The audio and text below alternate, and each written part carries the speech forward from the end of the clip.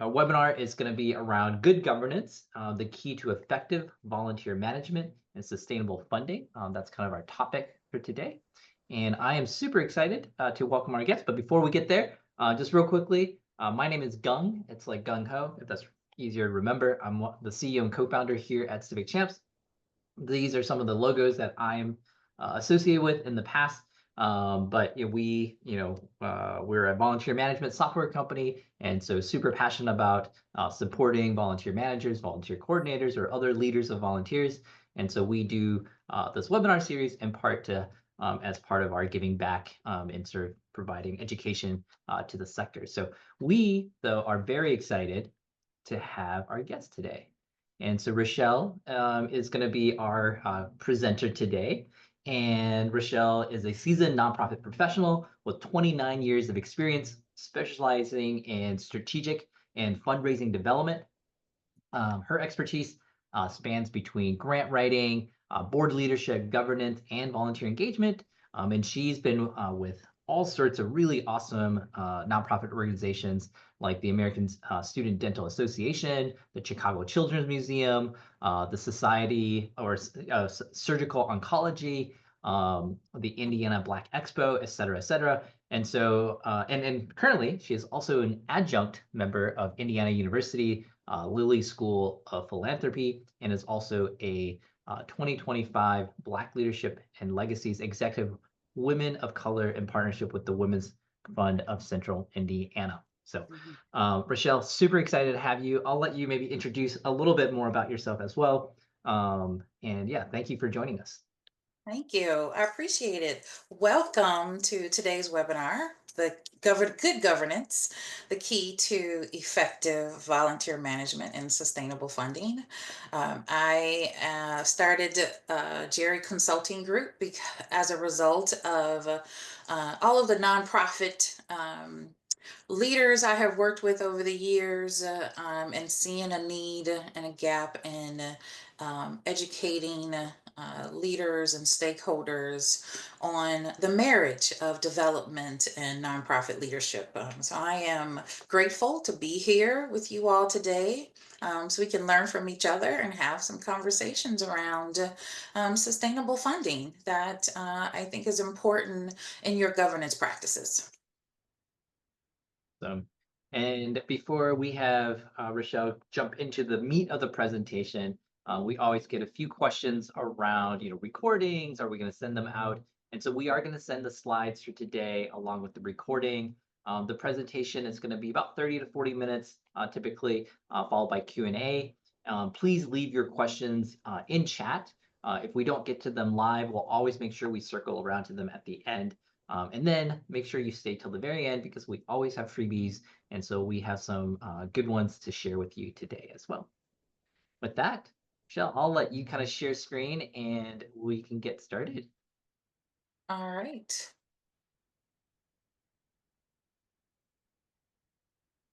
Okay, am I good to go? Yep, you're looking good. All right.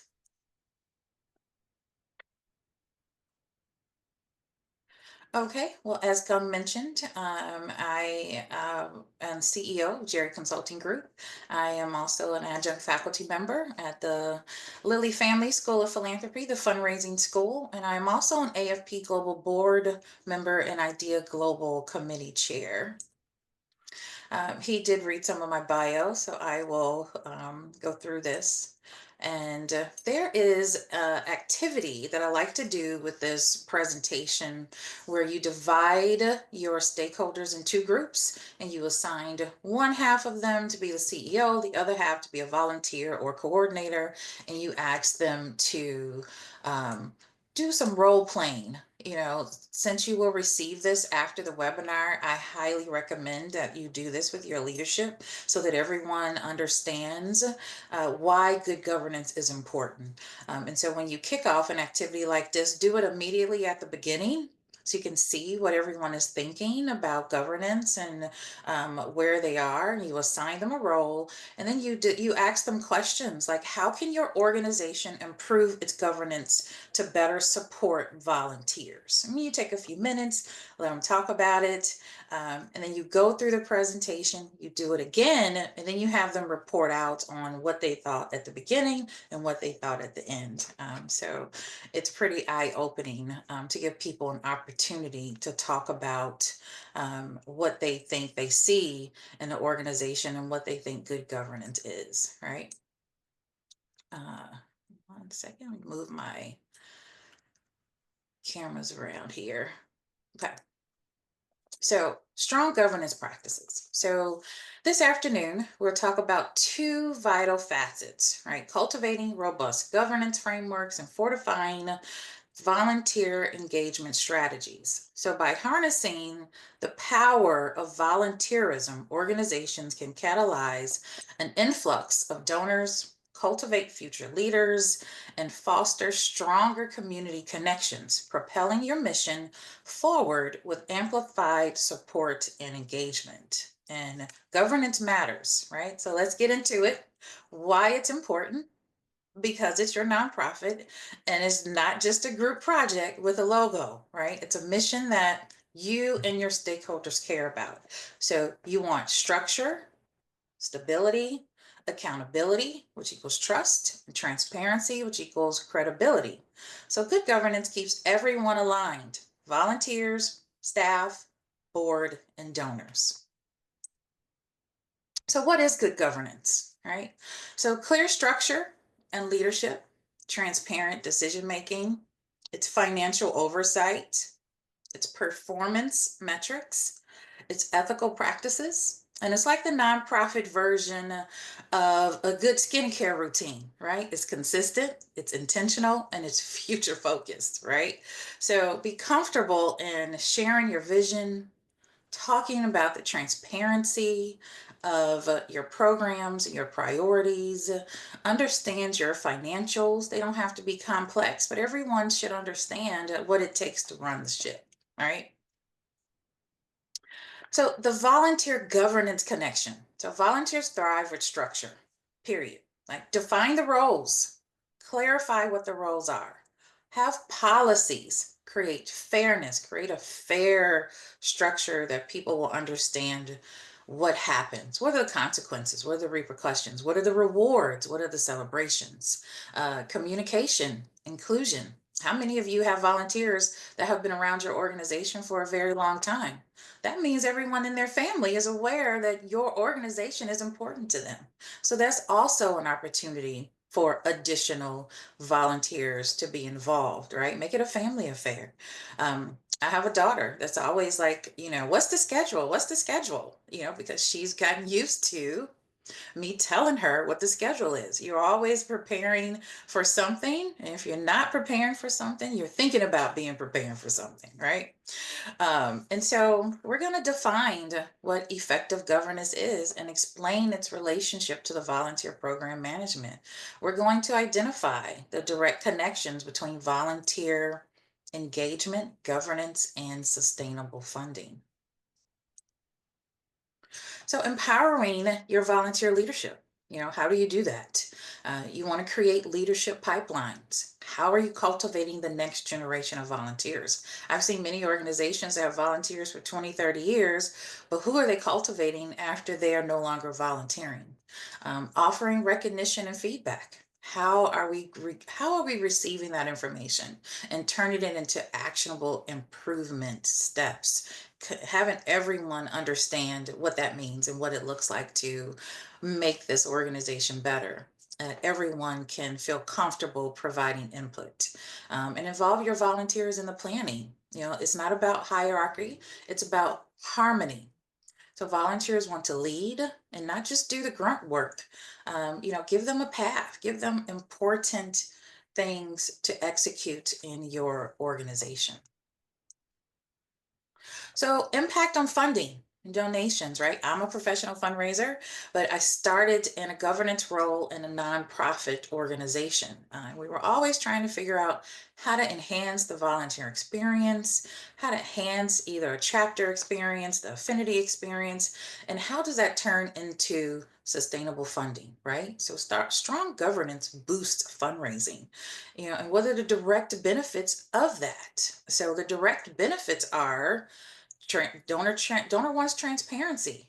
Enhance your donor confidence through demonstrated accountability.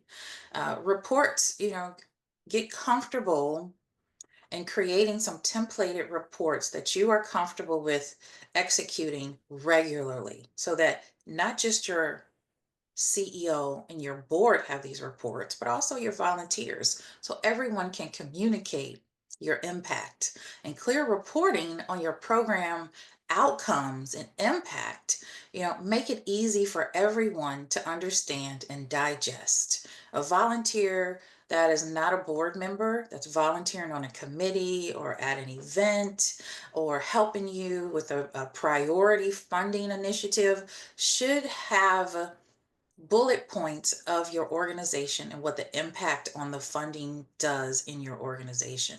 It empowers them to speak freely and bring other people to you with the same passion for your mission that they do. And manage wisely. Efficient resource allocation and cost management. Your volunteers will become they will become champions of your mission because they understand that you are managing this organization well. You are reporting the stats and the impact of the organization to them often, and they are involved. They are on site and they are with you in the trenches, making sure this is important. So you want them to become champions and ambassadors of your mission. And a volunteer who feels seen is a donor waiting to happen. A board that governs well is a grant maker's dream. How many times have you completed a grant application and they ask you if your board is 100% on board with donating to your organization? That's a real thing. It's not just a question on the grant application. People want to understand if your stakeholders are contributing to the mission. So indirect benefits, right? So what's the impact on funding and donations? So when you look at your volunteer retention, how are you retaining your volunteers? Are you creating stronger community networks? Your reputation is everything. You treat your stakeholders well, not just your board and your executive management, but your volunteers, your people who attend your programs. You treat them well. That word of mouth is powerful, right? We've all seen it when it's negative, all right? We understand that piece, but when it's positive, and you have that satisfaction full circle, you will have a greater program stability. You will attract the professionals and the long-term funders that you want. An enhanced reputation in the nonprofit sector, when everyone speaks positively about how you interact with all of the stakeholders, is security. So phase one. So I broke this down in phases so that it will be easy to execute.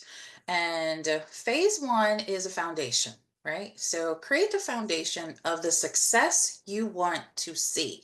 Assess your current governance structure. Identify your gaps and areas for improvement. Develop or update key policies and procedures, and establish your measurement frameworks. This will not only help you communicate, but it will also help you in articulating your mission and your programs when you apply for funding. So phase two, volunteer integration. Create the entire volunteer strategy. It doesn't have to be complex, but you will need some management systems. You will need some leadership pathways and some feedback mechanisms. Do you have job descriptions for your volunteer positions? So funding alignment. When you think about your framework for your funding, how does that align with your strategy? So develop your donor communication strategy. Think about your transparency initiatives, your sustainable funding model. Is your funding model diverse? What are your strategies? Pull your stakeholders in and ask them. Ask your volunteers. Don't just have the conversations with your board members around budget time. Also have the conversation with your volunteers. So, as a fundraiser, information is the most valuable commodity that I have in fundraising, right? It's to the success for fundraising is dependent on how we gather, organize, interpret, and deploy information. So, as leaders, don't be afraid to talk about what's not working, your ideas for improvements. Be honest. Your funders want to be a partner on your journey and breaking down systems for improvements. So align all of your communications with your funder, donor mission, and cultivate relationships beyond the grant cycle. Talk about it all the time. Engage with program officers. Provide updates on impact, even when it's not required, and seek ways to collaborate beyond funding, such as sharing expertise or co-hosting initiatives. Funders want to find partners who want to be involved, right? Who want to have some sort of impact or relationship. Seeking organizations that have the same mission as you. So, not thinking of them as, oh, they received that funding and I didn't. Let's see how we can work together to understand how we can both create long-term support. So follow the money. Don't assume your funding request or your grant application isn't written well enough. Sometimes it's just not a big enough idea with enough collaborators to make the most impact in your community. So remember to think big, bold, transformational leadership, and your volunteers are the ones that will help you get there. So your volunteer matrix, right? So when you put your success metrics into place, you want to think about tracking everything. All right. So you are aware of volunteer hours, commitment, your retention rates. How many volunteers have you had over the last decade? What are the positions they have had? What were the most effective? What are you missing? What skills and attributes do you need to get the work done that your board can't do? All right, or staff can't do. So look for volunteers with the right skill set that can execute exactly what you need. And do some satisfaction surveys, and create some program impact measurements. So when we think about leadership commitment, board engagement in government's improvements, your regular review of policies and procedures, and invest in volunteer management systems. Commitment to transparency and accountability. Ensure that you have the right representation for the community you are serving. So, best practices. So, communications, regular updates to stakeholders, clear reporting on outcomes, open your feedback channels, and celebrate everything. Remember, people are volunteering their time and they're contributing financially to the organization that they care about. So, celebrate everything and talk about the challenges. So, call to action. So, when you think about immediate steps, how do I do this? How do I get started? Start with an audit. Look at and assess everything you're doing from a governance level. Train your board. Remember, governance is the foundation of everything you do. Create your policies, commit to feedback and communication. It's not glamorous, but neither is your car's engine, but you still need it to run, right?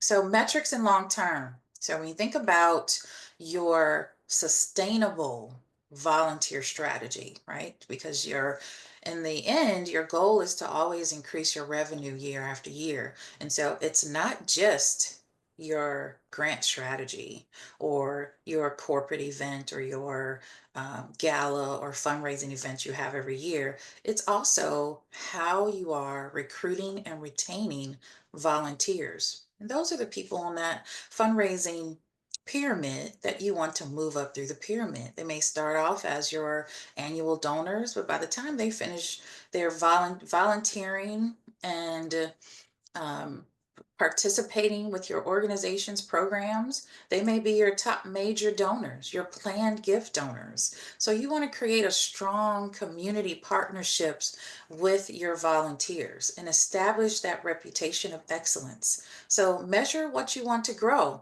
Don't assume success, define it. So this is the second part of the activity. So when you conduct this activity with your nonprofit, at the end, have people talk about what they think the scenario is of implementation strategies to improve governance and volunteer engagement and see what comes out of it. And you can take this and use this in your discussions when you are talking about your challenges and solutions of setting your governance strategy. Okay, so in conclusion, good governance is not just about compliance, it's about creating a strong foundation for organizational success. So by implementing your robust governance practices, organizations can build effective volunteer programs and create sustainable funding streams that support your mission and your impact. One of the things that you will receive with this presentation is a good governance implementation guide. And in this guide, you will receive a governance assessment checklist. So all of the board structure, operations, policy framework that we discussed will be in a checklist and a guide that you will receive. And their positions, their job descriptions, their good governance implementation strategies, where you can actually write out the type of volunteer, what the status is, what the growth strategy is, and what the engagement plan is, and create a timeline. There's also a funding metrics where you can write out your target Q1 through Q4. There's also a Robert's Rules of Order handout because I remember when I first started in my governance role, nobody helped me understand the critical role of understanding the legal and compliance of just effective meeting minutes that help you along your conversations in your board meetings and your committee meetings. So having that organizational structure will help you with your record and your key decisions and your rationale. So you're always speaking from a voice of organizational record and documentation, right? You talk about your stats, you talk about your measurements, and you talk about your accountability and transparency. And that, my friends, is good governance. Awesome. Thanks, Rochelle. That was great. Um, yeah, I'm gonna come back on off on camera, I guess. And so yeah, for if folks have questions for Rochelle, please put those in chat here, and I'll give folks a couple minutes here. And so while folks are typing in maybe their questions, I'm gonna go back and sort of do a quick Okay. intro about Civic Champs here while people are waiting, if you've never heard about us.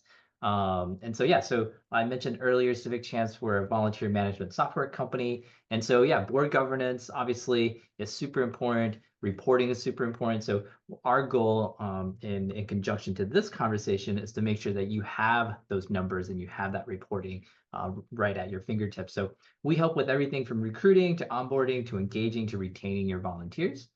Some examples of things that we do. So we have easy ways for people to check in. You can use a kiosk. You can use our mobile app. So this is the mobile app you're looking at. You tap at check in and select what you're here for, and that's it, right? Trying to keep things very simple. We also collect feedback from folks.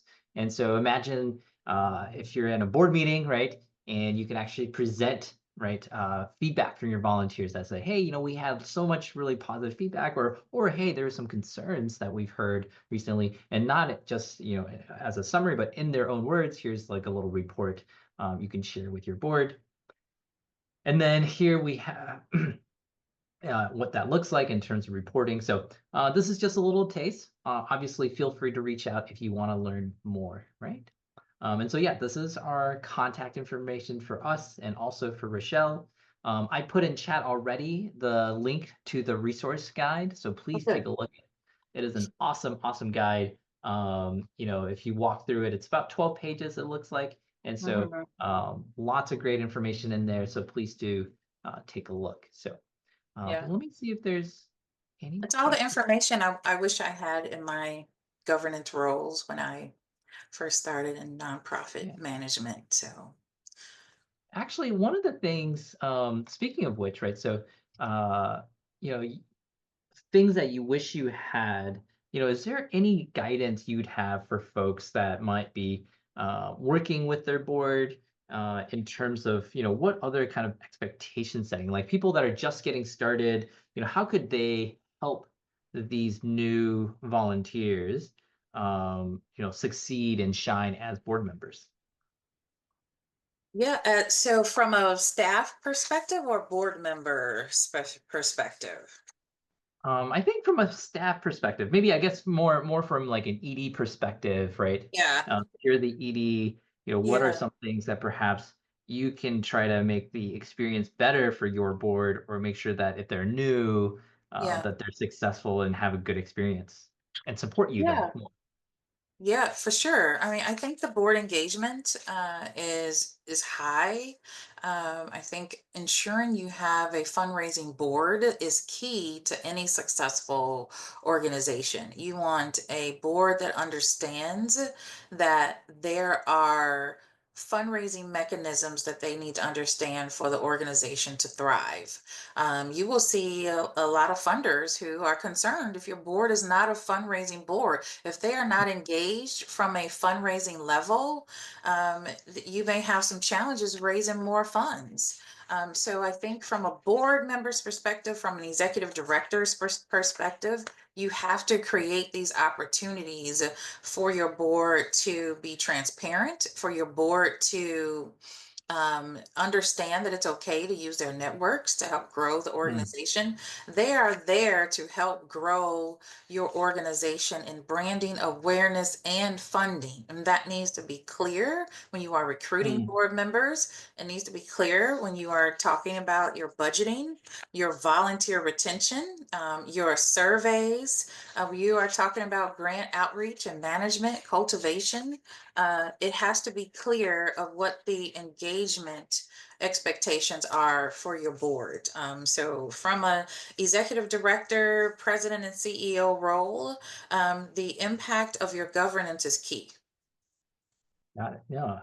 And speaking of expectation settings, I feel I've been on a couple of nonprofit boards myself, and I feel like there's a wide range of, whether that's a nonprofit that is board run, right, like very hands-on, Mhm. all the way to boards that are just doing, essentially their own individual fundraising, but largely, right, like pretty hands-off operationally. They show up for a meeting once a quarter, pass the minutes, and that's kind of the expectation.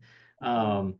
Obviously, people are excited about different variations and spectrums. How do you think about that? And is there a way do you think about recruiting people? How do you know who's a good fit given what you need from your board? And anything that you would recommend from a expectation setting on that front? Yeah, you have to set your expectations in your operations when you are recruiting board members. A lot of times people step into organizations and board members have been around a very long time because they are a friend of a friend or was there when the Mm, organization started, or have a personal reason to be there. So I think when you have board term limits, mm, and you work with your board to understand what skills and perspectives are needed for the organization, that this just isn't a board established for you for your resume building or free tickets to the annual gala. That's a popular event. This is an organization that needs your focus, your planning, and your financial commitment. And if you're not in a position to do that, we have to say no, thank you. right, right. No, thank you. Um, yeah, I saw Karen here in chat said she really appreciated the bylaws on the checklist that you shared, and a lot of boards apparently do not include the bylaws as part of the onboarding. So Martina, yeah, also shared something very kind in terms of how helpful this has been. So Yeah, I think what we're seeing now in the industry, so I've been around a long time, and one of the things I'm gonna say, Gong, I'm gonna have to start saying over 20 years. I think at some point we can stop counting, right? Like I think I could just say over 20 years of it, or just maybe a seasoned executive. I think maybe that. right, Maybe I just get rid of the years altogether. But I remember when there were no diversity on boards, right? So we are coming into a season where we are understanding that if we don't support our nonprofits that are filling the gap of systems and programs that our government cannot take care of, then our systems and programs will cease to exist. So we have to educate the community as well on what this means. Your nonprofit can no longer afford to just have people sitting in seats, to just sit in seats. They have to do the work. And if you are running the nonprofit, then you have to be the one to set those expectations and put that structure in place. yeah, absolutely. Yeah, I think we hopefully, knock on wood, it won't be true, but I have a feeling perhaps some our nonprofits are going to feel increased demand here coming up. So Absolutely, absolutely. And that's why, software like yours is important because you have associations out here that need to manage their volunteer structure. And some organizations have thousands of volunteers. So this is a critical subject. This is very important to the structure of your organization. So the sooner you can implement some structure, have a volunteer program software. Stop using Excel for organizing every single thing, and figure out how to have some structure to what you're doing so you can work smarter, right, right, right? absolutely. Yeah, that's a great follow-up to Joy's question. Joy asked, is there a platform you would recommend for volunteer management? And I don't know, Rochelle, I have one I have in mind, but Yeah, I will let you answer that question. Joy, obviously, it would be hard for me to recommend anything other than Civic Champs. We may not, of course, be for everybody. I think for your specific answers, we would be a good fit, but we are very honest. If we're not a good fit, we actually do pass people on to some of our competitors who might be, like for example, we don't support international NGOs, and so if you are overseas, we'll share some great options that are supporting the UK or Australia, etc. So, but otherwise, yeah, reach out. You can see my contact here. If you ping me on email, I'm happy to learn more about Yeah. your organization and share more here too. There's a couple other questions that have come in. It looks like. Um, Let me see here. Da, da, da, da, da. Joy is international. Okay, yeah. Well, shoot me a note and I will pass you along, Joy, to some of our friends that I think do a pretty good job.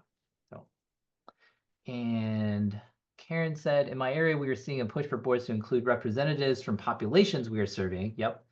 We see so many well-intentioned board members who frankly do not have any expertise or experience in not-for-profit. So how do you balance that push versus perhaps folks that are first-time board members, right? Or perhaps don't have um, Yeah.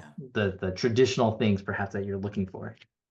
Yeah, I would hold the orientation every year where your community members can attend, and it will help you source the people that are interested, and you can teach them about your organization and nonprofit best practices. You can use this framework to talk about your organization, talk about your bylaws, your management systems, your organizations, what your priorities are, what your funding priorities are, how you execute your volunteer management system so they can see if it's something they want to do. Let them know when the board terms are ending and beginning, and be consistent. Hold it every year, so that the community members can understand that you care about them and their involvement in the nonprofit that's in their community. I would absolutely do that every year. Yep. Yeah. Seeing it as an opportunity perhaps to coach and to mentor them into Absolutely. good board members as well. Uh, Absolutely. yeah. Absolutely. And maybe they can start on a committee. Maybe there's a Yep. fundraising committee or a educational committee, or whatever programs you execute. Maybe that's something that they're interested in first, to understand more about your organization and the cycle of your organization. And then next year you may say, hey, this person's been consistent, they have asked all the right questions, they have Yeah. volunteered, they have a great network, we can depend on them. So hey, Right. maybe we put them on our list to be a potential board member. Right. Right. Right. Yeah. Every nonprofit always has fundraising events, and as far as I know, usually you can always use an extra pair of hands to help coordinate and put those on. Yes. So those are always good opportunities that don't take a ton of expertise per se, right? Just Mhm, just mhm. someone that needs to manage the logistics. Right. So. For sure. For sure. Well, I don't think I see any other questions coming through here. So we'll sort of, oh, maybe there's one. Here we go. Miss Latrice Young, um, I've seen on boards across the nation is struggle to keep volunteers such as the board motivated to raise funds when they think staff paid aren't doing enough or vice versa. The staff versus volunteer complex. Any tips on how to keep board volunteers motivated or appreciated year round? They all start off happy to volunteer and say they understand in theory the difference between staff and volunteers, but that issue comes up often. Mhm. So say that again. So how to keep board members motivated all year after Motivated and appreciated, and in particular, as they look at staff and they think, oh, perhaps why am I not being paid to do something perhaps I think the staff should be doing? Mm, no, yeah. Well, that's definitely a conflict of interest. Your board should not be receiving pay for anything they do to advance your organization. So that's number one. Number two, the board members' passion for the organization should come because they are interested in advancing your mission. It's about being that mission driver. They are your mission drivers. And if they are not motivated to drive your mission, then they may need to roll off the board.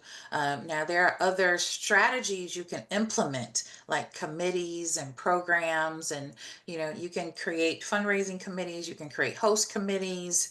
There's a governance committee, a finance committee, ethics committee. There are committees that are help govern your organization. There's a bylaws committee that should be looking at your bylaws every year to make sure they are up to date.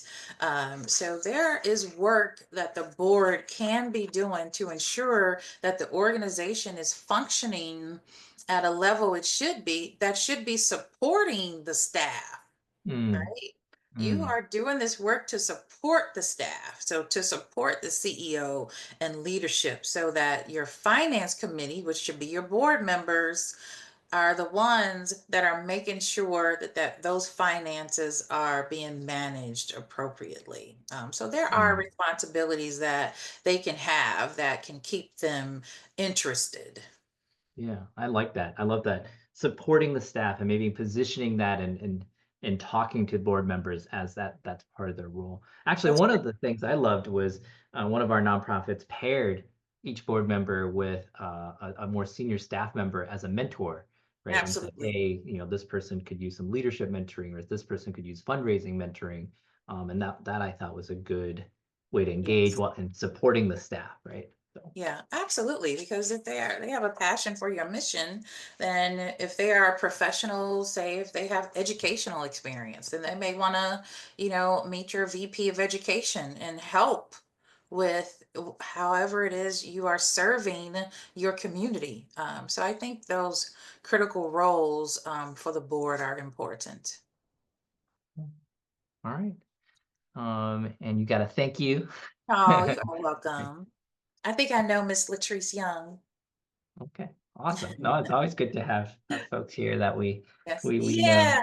Hey, thanks for being here. Love Um, people I happy, smiley people I know. but I think that's I don't see any other. I was gonna say yeah, any other questions coming in. So we'll sort of give back folks a couple minutes of your afternoon here. Really appreciate everyone joining today. We have some upcoming webinars we'll continue sharing out with everybody. We also have a feedback form. We'd love folks to do as well. So if you really liked Rochelle and you want her to come back, let us know, and we'll make sure that happens. If you have other ideas for us on topics you want to, for us to try to recruit experts for, let us know, and we'll do our best to do that as well. So, thank you again, Rochelle. This has been fantastic. Really appreciate your time, and hope everyone has a great Thank rest you. of the afternoon.